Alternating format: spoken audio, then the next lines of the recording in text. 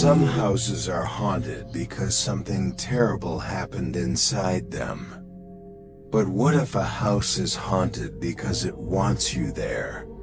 What if the walls were alive, and the moment you stepped inside, you were already claimed? Tonight's story isn't just about an old cabin in the woods. It's about an inheritance. A curse passed down through blood. And if you're listening, maybe you've already been chosen. This is the house at Blackwood Hollow. When my uncle died, he left me a cabin. That sentence alone might sound like the beginning of a dream. Property in this economy. Inheritance I didn't expect. It should have been a blessing. But nothing about the place felt like a gift. The cabin sat in the woods on the edge of a nowhere town called Blackwood Hollow.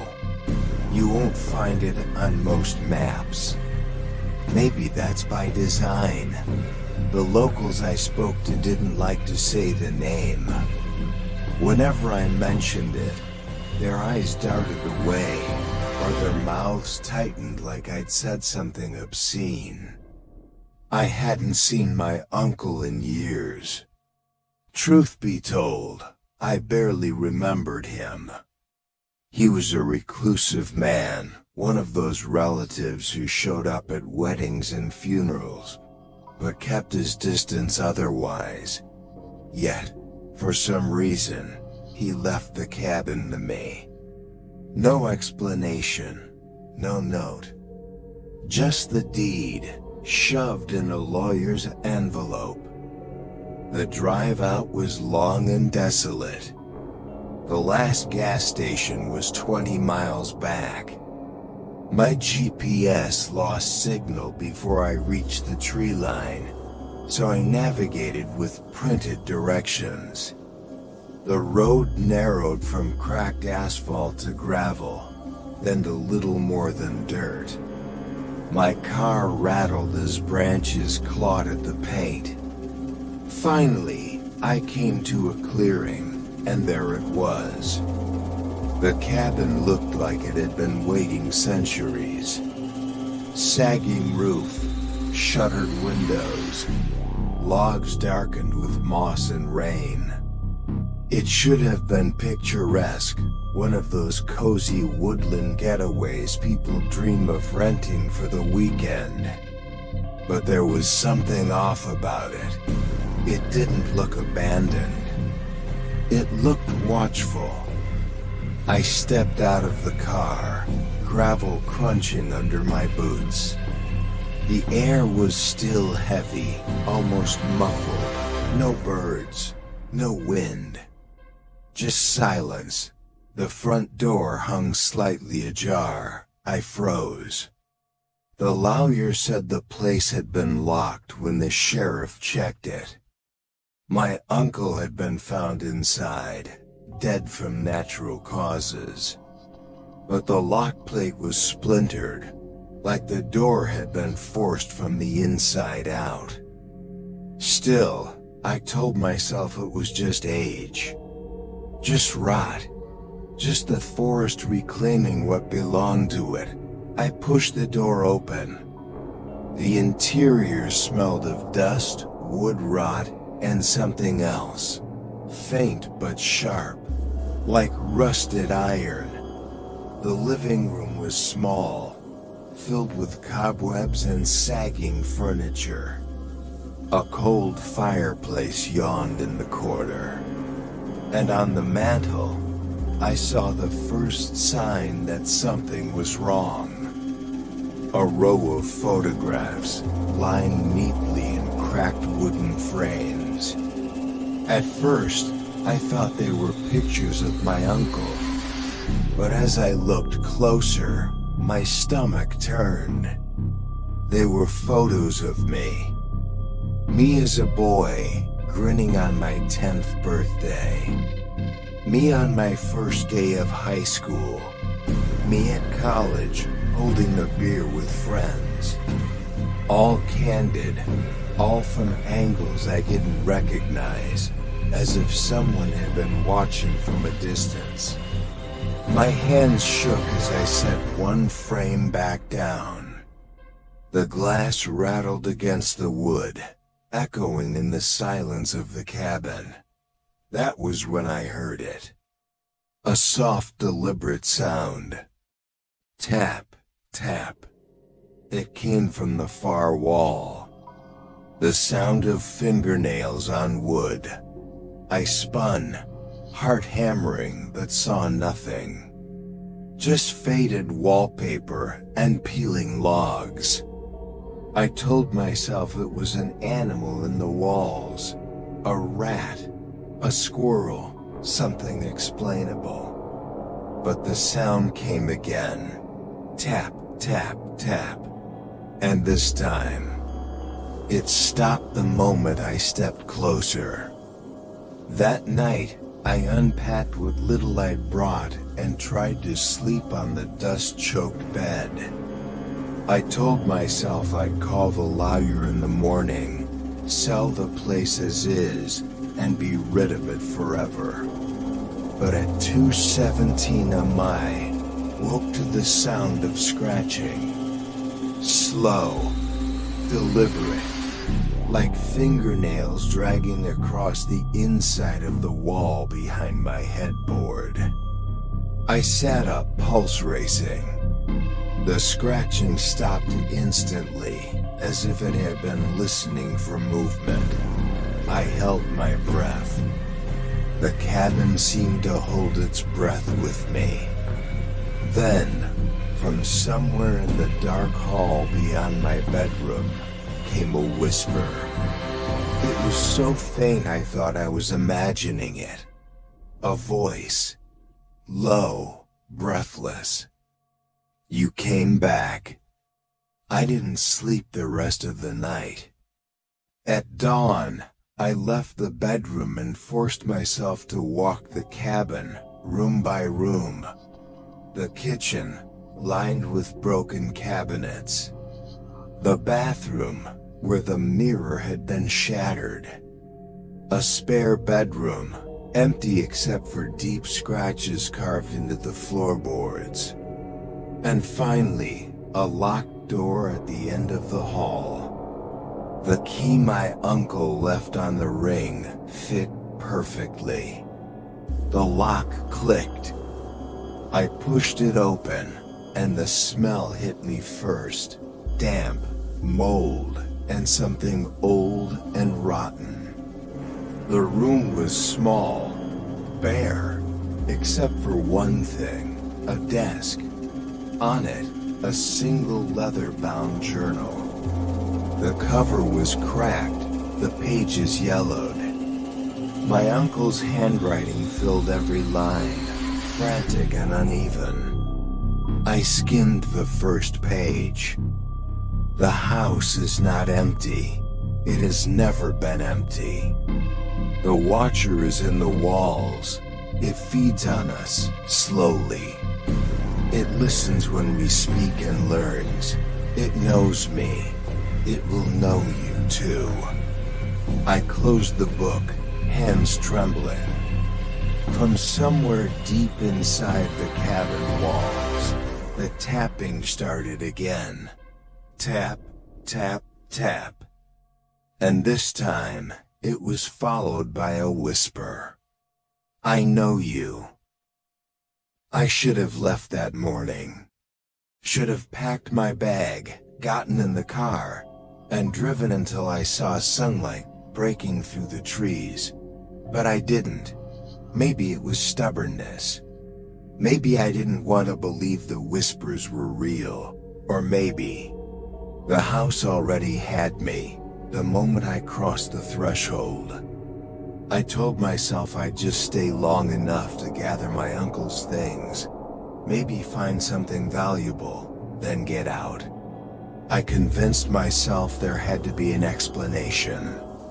But explanations don't make photographs of your entire life appear in a stranger's cabin.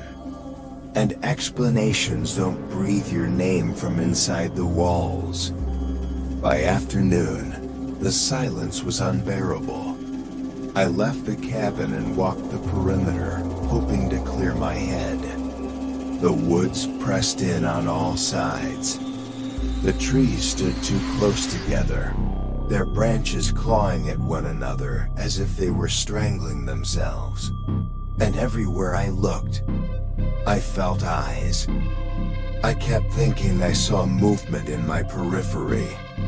A shadow slipping behind a tree, a pale face peering between the branches. But every time I turned, there was nothing. When I circled back to the cabin, I noticed something I hadn't before. Scratches. Deep grooves carved into the outer logs. At first, I thought they were animal marks, bear, maybe. But the lines were too straight, too deliberate. Almost like letters. I brushed moss away and froze. Words. Etched deep into the wood, nearly hidden by age. They don't leave. None of us leave. The hair rose on the back of my neck. I stumbled back, nearly tripping over my own feet, and rushed inside the cabin. That was when I heard the journal calling to me. I know how insane that sounds. But I swear, when I entered the locked room again, my eyes went straight to it, as if the book had been waiting. I opened to the next page. My brother will never understand. He thinks I chose isolation, but I did not choose. The Hollow chose me, just as it chose Father, just as it will choose him or his son after him. There is no end, only the feeding. I froze. His son, that was my father. And me. My uncle's scrawls grew darker, more frantic with each page. He described nights of tapping in the walls, whispers that grew bolder, closer, then dreams. Vivid dreams where he woke to find himself standing in the woods, staring back at the cabin while something whispered from the dark. He wrote of voices that weren't his, thoughts that weren't his own. And finally, on the last page I dared to read, he wrote, "The house wants him. It always wanted him. But it will take the blood it can reach. And so it took me. And when I am gone, it will take him. And when he is gone, it will take the boy. It will take the boy. It will take the boy." The words repeated, filling the page until the ink blurred into nothing but scratches. I slammed the journal shut, heart racing. My skin crawled. I felt seen, and then I heard it again. Tap, tap, tap. But this time, it wasn't from the walls. It was from the ceiling above me. I looked up. The wood sagged slightly, dust drifting down as the tapping grew louder, closer, more insistent. Tap, tap, then silence. I backed out of the room, shut the door, and pressed my back against the wall. My breath came shallow, uneven. That was when I noticed the photographs again. There were more. Not just the ones I had seen on the mantel. Now they were scattered across the floor, across the table, across the couch. Dozens of them, all of me. But not just my past, my present. A photo of me standing in the cabin doorway just hours ago. A photo of me sleeping in the bed last night. A photo of me reading the journal just moments before. The photos hadn't been there when I walked in. Something had placed them while I was in the other room. My stomach turned to ice. I bolted for the door, but when I grabbed the handle, It wouldn't budge. The lock twisted uselessly in my hand, the wood creaking, as though the house itself was holding it shut. I pounded on it, shouting, but the sound was swallowed by the silence outside. No echo, no birds, no wind, just the walls, listening. And then, the whisper came again, closer. It wasn't behind me. It wasn't above me. It was inside the walls, inches from my ear. I pressed against the door, trembling, until my strength gave out. And I realized something I hadn't wanted to admit. I wasn't trapped in the cabin. The cabin was inside of me. I lost track of time. Minutes, hours. It all blurred together in the cabin's suffocating silence.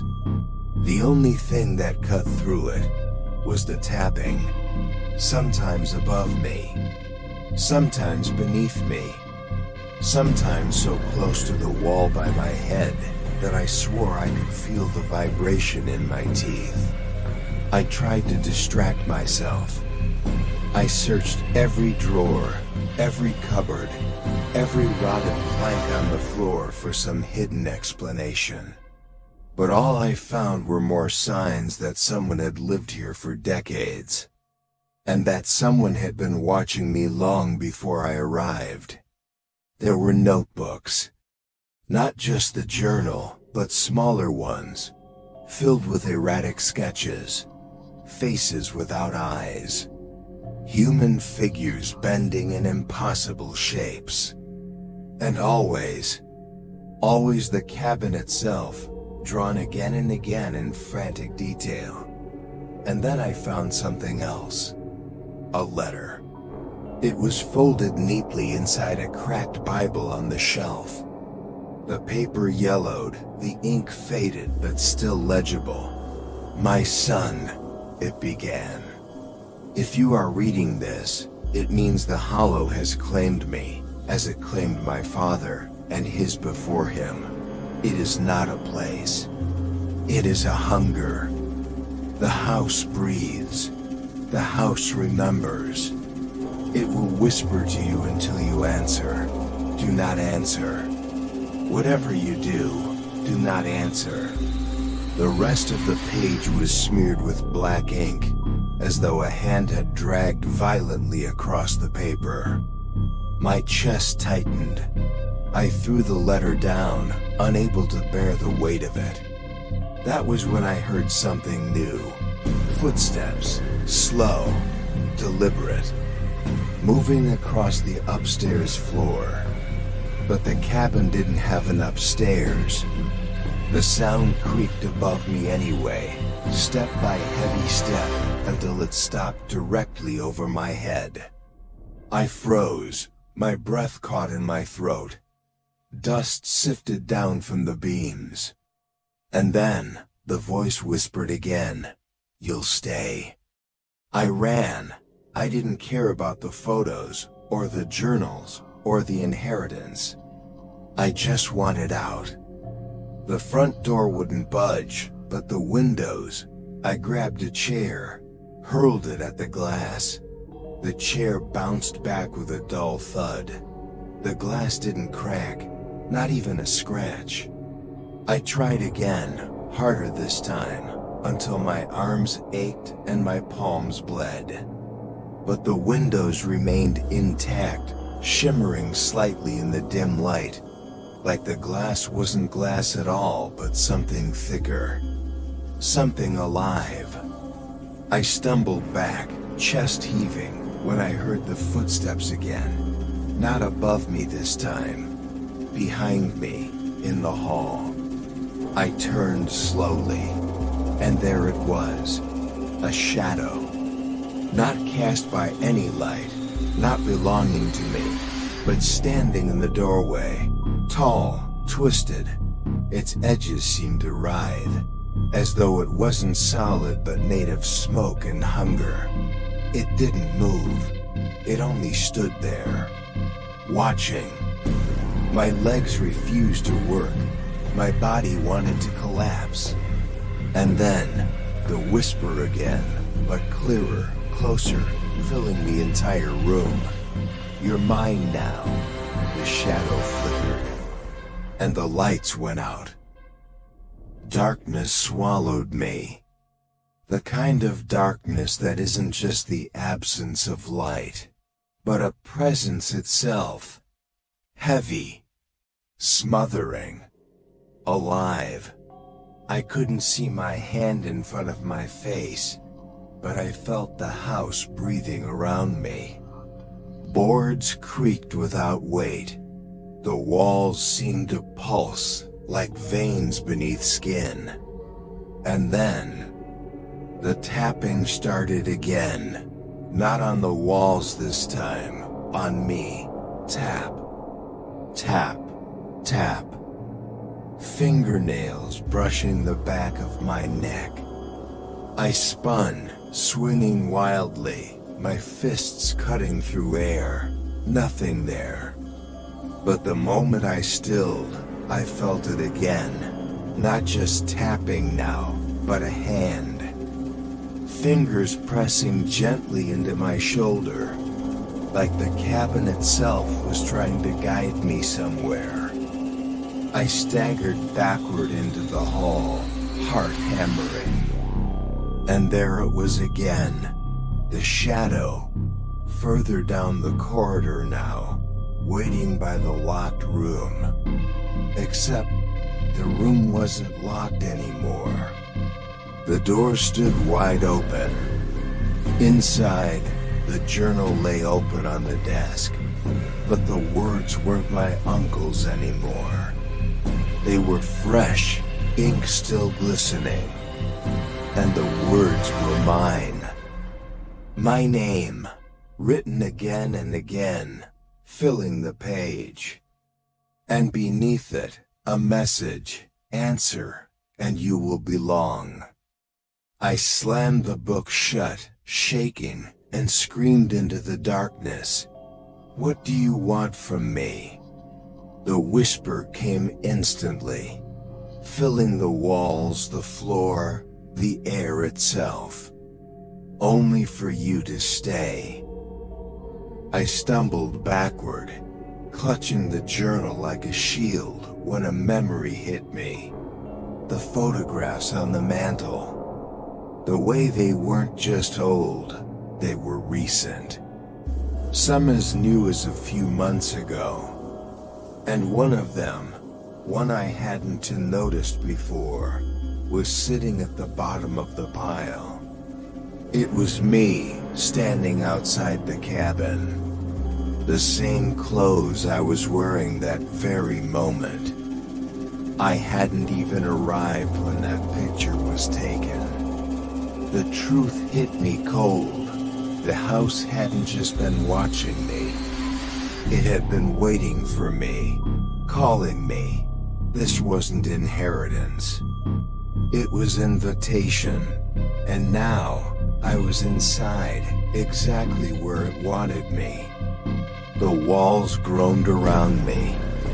The ceiling bent low, beams sagging like a ribcage closing in. The voice grew louder, layered, not one whisper, but hundreds. Male, female, young, old, all murmuring together. "We stayed, you will too, forever." The shadows bled from the corners of the room, stretching into long arms, crooked fingers reaching for me. I bolted, crashing through the hallway, the kitchen, clawing at the unbreakable glass of the windows until my knuckles split. No use. The house didn't want me to leave. And then, in a desperate flash, I remembered the Bible. The letter tucked inside, warning me not to answer. I sprinted back into the living room, seized the Bible, and hurled it into the fireplace. The shadows shrieked, recoiling as the brittle paper ignited. The flames roared higher than they should have, green and white, lighting the cabin like a lantern of hell. For a moment, the whispers turned to screams. The walls shuddered. The floor buckled. And then, silence. The shadows vanished. The tapping stopped. The house was still. Dawn came. I don't know how I survived the night. I don't know how I slept, but somehow I did. Slumped in the corner, the Bible's ashes smoldering in the fireplace. When I awoke, the cabin looked different. The windows no longer shimmered. The door, swollen and splintered, creaked open when I touched it. I didn't wait. I stumbled into the clearing, into the morning light, gasping like a drowning man breaking the surface. The trees whispered in the wind. Birds called. The world felt real again. I didn't look back until I reached the car, and when I did, the cabin looked smaller, harmless, almost quaint. But I knew better. I drove until the hollow disappeared in the rear view. Drove until my phone had signal again, until the sun was high, until the world around me felt like my own. But even now, as I sit here writing this, I can feel it. The tapping. Tap, tap, tap, somewhere in the walls. Not the cabin's walls, my walls. The hollow doesn't let go once it has you. And if you're hearing this, it means the house has chosen you next. Don't make my mistake. Don't step foot into Blackwood Hollow.